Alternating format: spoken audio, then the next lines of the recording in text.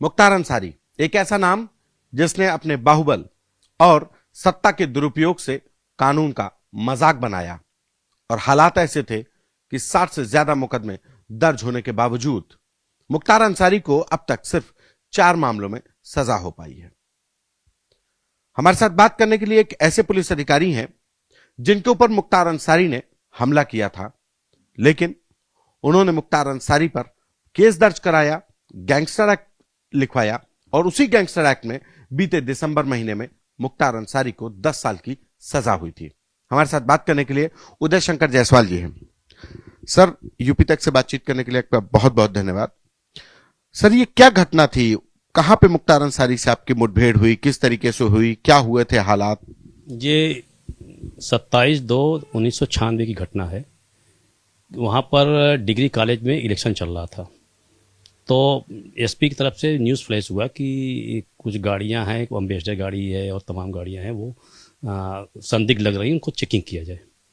तो चूँकि इलेक्शन चल रहा था, चेकिंग बहुत ज़रूरी था, तो मैं अपना फोर्स लेकर के, और लंका चौकी पड़ता है वहीं पर, बस स्टैंड भी है, तो वहाँ मैं अपना कुर्सी लगा के बैठ गया और हमारी गाड़ी जो है थोड़ा सा गड़बड़ था, उसको हवा दिलवाने के लिए ड्राइवर ले चला गया था। और वहाँ पर इंस्पेक्टर थे, चौकी इंचार्ज वगैरह थे, सब वहाँ पर मौजूद थे, चेकिंग कर रहे थे, क्योंकि सबसे मेन पॉइंट वही था चेकिंग का। तो उसी दौरान जो है 2 गाड़ियाँ, करीब 4-5 गाड़ियाँ काफ़ी साथ आई, तो उनको रोकने का प्रयास किया गया। तो एक में जो है मुख्तार अंसारी बैठे थे, तो उनको जो इंस्पेक्टर ने चेक करने का प्रयास किया, तो वो गाली देते हुए भागा कि किस माई के लाल कीमत है कि जो है कि मुख्तार अंसारी गाड़ी चेक करेगा। ये मुख्तार अंसारी ने कहा? जी हाँ। तो इंस्पेक्टर ने मुझे पहले बताया, साहब इसमें जो AK-47 आप सब बच के रहिए, नहीं तब गोली चल जाएगी। तो उधर तब तक जो है वहाँ से गोली चल चुकी थी, तो मैं जो है अपने को बचा करके मुख्तार अंसारी ने गोली चला दी थी आप? बिल्कुल गोली चला दिया था उसने। और जब गोली चलाया तो हम भी अलर्ट होकर अपना जो है गोली हमने चलाया। और उसमें सौभाग्य था कि इन दोनों गाड़ियों के बीच में, मतलब 2 गाड़ियां मुख्तार के काफिले की? गाड़ियां मुख्तार की गाड़ियों थी, तो उसके बीच में एक ट्रैक्टर आ गया, जिसके कारण हम लोग बचे। तो क्रॉस फायरिंग में जो है एक को गोली लगी, और हमने मैंने जो है इंस्पेक्टर को मना कि कोई गोली नहीं चलाएगा, क्योंकि पब्लिक है, भीड़ भाड़ ज़्यादा है, बस स्टैंड है, तो यहाँ पर कोई भी किसी को भी गोली लग सकती है।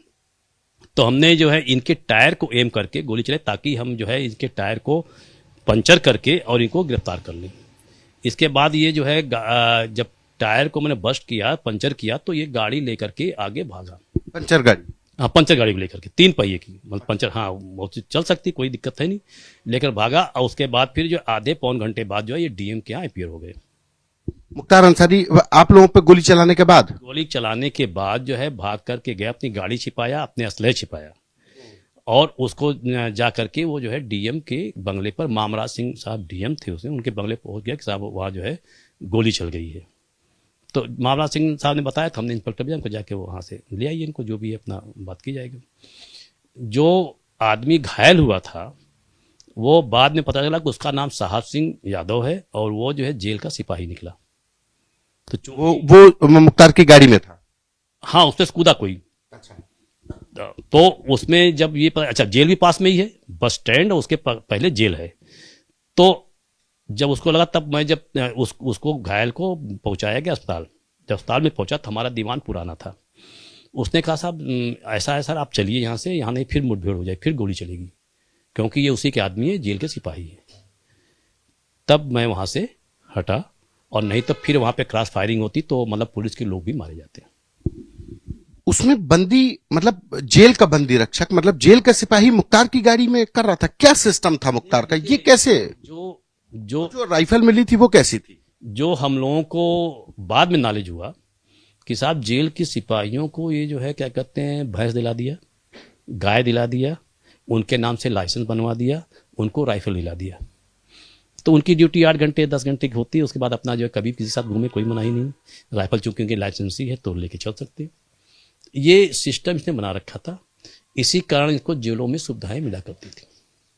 तो जो जेल का सिपाही था वो भी क्या अपनी लाइसेंसी से लेकर के पकड़ा गया? नहीं, वो उसका वो एक तो उमाशंकर यादव का राइफल था, जो कि किसी और आदमी के पास बरामद हुआ। अच्छा। कई गाड़ियां थी उसमें, अब इतना तो नंबर याद नहीं है हमको, लेकिन एक इम्पॉर्टेंट चीज़ ये है कि जो एक गाड़ी जिप्सी बरामद हुई थी वो पहले अतीक अहमद के नाम थी। वही मेरा सवाल था कि ये जो दूसरी गाड़ी थी इसका क्या नंबर था और उसका प्रयागराज से क्या कनेक्शन है? हाँ, ये थी यूपी 70D 4525 जिप्सी थी। तो ये पहले फर्स्ट ओनर थे अतीक अहमद, बाप का नाम के फिरोज अहमद, और ये करबला GT रोड इलाहाबाद का पता था। उस गाड़ी को इन्होंने बेचा जो है सुरेश चंद्र शुक्ला को, जो कि तेलियरगंज गल्ला मंडी तेलियरगंज के रहने वाले थे। उसके नाम से गाड़ी थी और वो बरामद पकड़ी गई जो है गाजीपुर में। ये वही अतीक अहमद हैं जो माफिया अतीक अहमद? जी हाँ, सेम अतीक अहमद है। पता तो वही है, पता तो वही है, पता वही है, वर्दियत वही है। और ये सुरेश चंद्र शुक्ला, ये जब गाड़ी पकड़ी गई तो उनसे पूछताछ हुई? वो तलब किया हो गया होगा, बाद में विवेचना में आया होगा कैसे क्या गाड़ी गई कैसे। एक सवाल ये कि आपके इस केस का क्या हुआ जो आपने लिखाया था मुख्तार अंसारी और उसके गुर्गों के ऊपर, उस केस का क्या हुआ? उसमें कितनी परेशानियां हुई और अभी क्या स्टेटस? हाँ, उसमें देखिए बहुत लोगों की हिम्मत नहीं थी कि वहाँ पर जाके गवाही दें, लेकिन हमारे कुछ सिपाही ने, कुछ लोग तो मतलब रिकॉर्ड में होगा, कुछ लोग जो है गवाही नहीं दिए होंगे, लेकिन मुझे जब बुलाया गया तो मैंने गवाही दिया। उसमें मैंने गवाही दिया और इस सुधाकर पांडे थे कांस्टेबल, उन्होंने गवाही दिया, और लोन गवाही दिया, और रामनाथ ने गवाही दिया होगा। लेकिन बाद में पता चला कि वो पूरी की पूरी फाइल गायब हो गई कोर्ट से, उस केस की, आपके केस की? हमारे केस की। तो फिर जो है दोबारा फिर हमको बुलाया गया कि वो फाइल गायब हो गई, इसमें जो आपको वो जो अपराधी के वकील के पास से जो है वो डुप्लीकेट कॉपी बरामद हुई। तो उस कॉपी को लेकर के हम लोग बरामद किया हुई, तो वो मतलब उन्होंने प्रोड्यूस किया होगा क्योंकि उनको कॉपी लेने का अधिकार भी है। उस कॉपी को देख करके अपने बयान को मैंने दोबारा तस्दीक किया। इसके बावजूद भी वो मुकदमा जो है उसमें इनको बरी कर दिया गया। वो मुकदमा छूट गया जो आपके ऊपर गोली चली? वो मुकदमा छूट गया, बरी हो गया। तो उसके बाद फिर DMSP ने, फिर जो शासकीय अधिवक्ता ने उस पर लेटर बनाया कि साहब ये जो मतलब इनको छोड़ने का जो आदेश है वो गलत है, इसमें हाई कोर्ट में मामला शायद पेंडिंग है। अभी भी वो केस पेंडिंग है? संभवतः अभी तक पेंडिंग है। हाँ, अभी मुझे ज़्यादा डिटेल नहीं मालूम है क्योंकि हम लोग अब रिटायर हो गए हैं तो ज़्यादा जानकारी होती नहीं है, और जानकारी आप लोग जानकारी करेंगे तो मालूम हो जाए कि उसका क्या हुआ। वो अभी तक केस। एक चीज ये बताइए कि कृष्णानंद राय हत्याकांड मेन केस बरी, रुंगटा अपहरण हत्याकांड मेन केस बरी, आपके ऊपर पुलिस पार्टी के ऊपर हमला, पुलिस के अधिकारी के ऊपर जानलेवा हमला, फायरिंग, वो केस बरी। ये क्या सिस्टम था? ये उस समय की परिस्थितियां ऐसी थी कि लोग डरते थे गवाही देने से। ठीक है, जैसे हम लोग फिर जो है हमारे अधिकारी आ गए थे दूसरे जो है तो उन्होंने फिर ये निर्देश किया कि जा करके हम लोग चेकिंग करें, जो जेल पर जा करके जो मिलने जा रहे हैं, जो पैसा पहुंचा रहे हैं, उनकी चेकिंग की जाए। तो वो जब चेकिंग करते थे तो उसके बाद इन्होंने लिखा साहब ये हमको मरवा देंगे, ये करेंगे। हम लोग खिलाफ एप्लीकेशन पढ़ना शुरू हो गया कि साहब ये किसी से मिलने नहीं दे रहे, वो नहीं दे रहे। तो इस तरह की परिस्थितियां थी। फिर भी हम लोग जो है दबंगई से काम करते थे और सफल भी हुए काफी हद उस समय तक। पर सत्ता का कितना दखल होता था? इसकी सिफारिश में चिट्ठियां, क्या दबाव आप लोगों के ऊपर? आपको भी गवाही के लिए रोका, इसने फोन करता था ये आपको? ये प्रेम से कहता था कि भैया देखो हमारी इज्जत का सवाल है, वो आप मत आइए। मतलब ये नहीं कि गाली गलौज करे कुछ करे, लेकिन प्रेम से कहता था कि भैया आप जो है इसमें देख लीजिएगा, हमारी इज्जत सवाल, हमको सजा हो जाएगी। तो हमने कहा देखिए हम लोग सरकारी नौकर हैं, हमने जो किया है, आपने जो किया है, उसका बयान तो हमें देना है कोर्ट में।